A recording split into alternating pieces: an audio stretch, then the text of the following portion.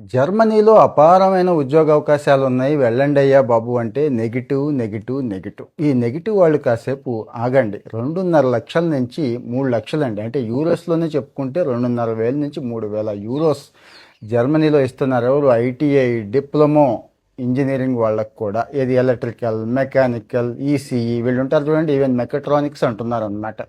Training ఇస్తారండి. వెంటనే ఏమంటారంటే జర్మన్ లాంగ్వేజ్ రాకపోతే అసలు చాలా ఇబ్బంది, మీరు ఏది పడితే అది చెప్పేస్తున్నారు అంటారు. ట్రైనింగ్ ఇస్తారు. అలాగని ఏ ఏజెన్సీ వాడో కాదు, గుర్తుంచుకోండి. Government of India ohm cap అనే సంస్థ ఉంది. ఆంధ్రప్రదేశ్ స్కిల్ డెవలప్మెంట్ కార్పొరేషన్ ఎంత స్పీడ్గా ఉందో చూస్తున్నారు. వాళ్ళు వీళ్ళు టైఅప్ అయ్యి మన వాళ్ళకి, ఆంధ్ర రాష్ట్రం వాళ్ళకి ఏ అవకాశం వచ్చినా పట్టుకోవాలని చెప్పి పట్టుకుంటున్నారు.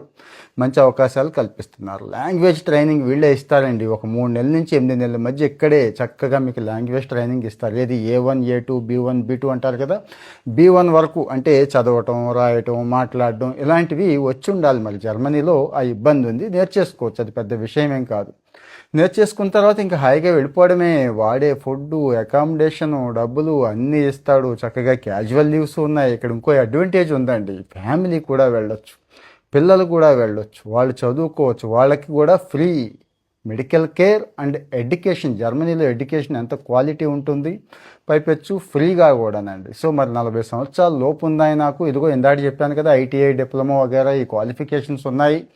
వెళతాను, జర్మనీలో సెటిల్ అవుతాను అనుకునే వాళ్ళకి అద్భుతంగా ఉంటుందండి. ఇన్ని సంవత్సరాలని, ఈ సంవత్సరం 2 సంవత్సరాల అగ్రిమెంట్ కూడా ఇస్తారండి. అదేం వేస్ట్ అయిపోదు మళ్ళీ, అంటే ఈ ఎక్స్పీరియన్స్ వేస్ట్ అయిపోతుంది అనుకుంటారేమో. యూరోపియన్ కంట్రీస్లో, అది కూడా జర్మనీ లాంటి చోట చేసిన ఎక్స్పీరియన్స్ వేస్ట్ అవుతుందా?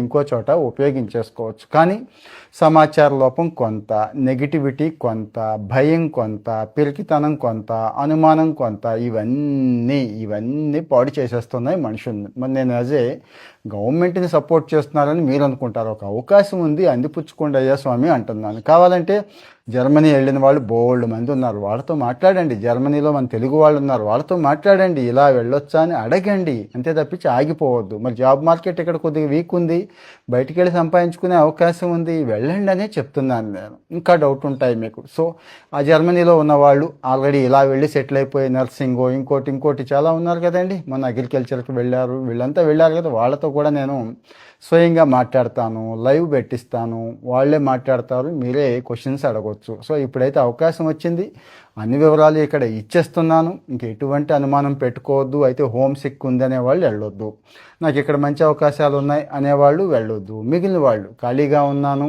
ఎందుకు ఇక్కడ ఖాళీగా ఉండటం, వెళ్ళి హాయిగా అలా ప్రపంచాన్ని చుట్టేసి వద్దాం, కాస్త ఎక్స్పీరియన్స్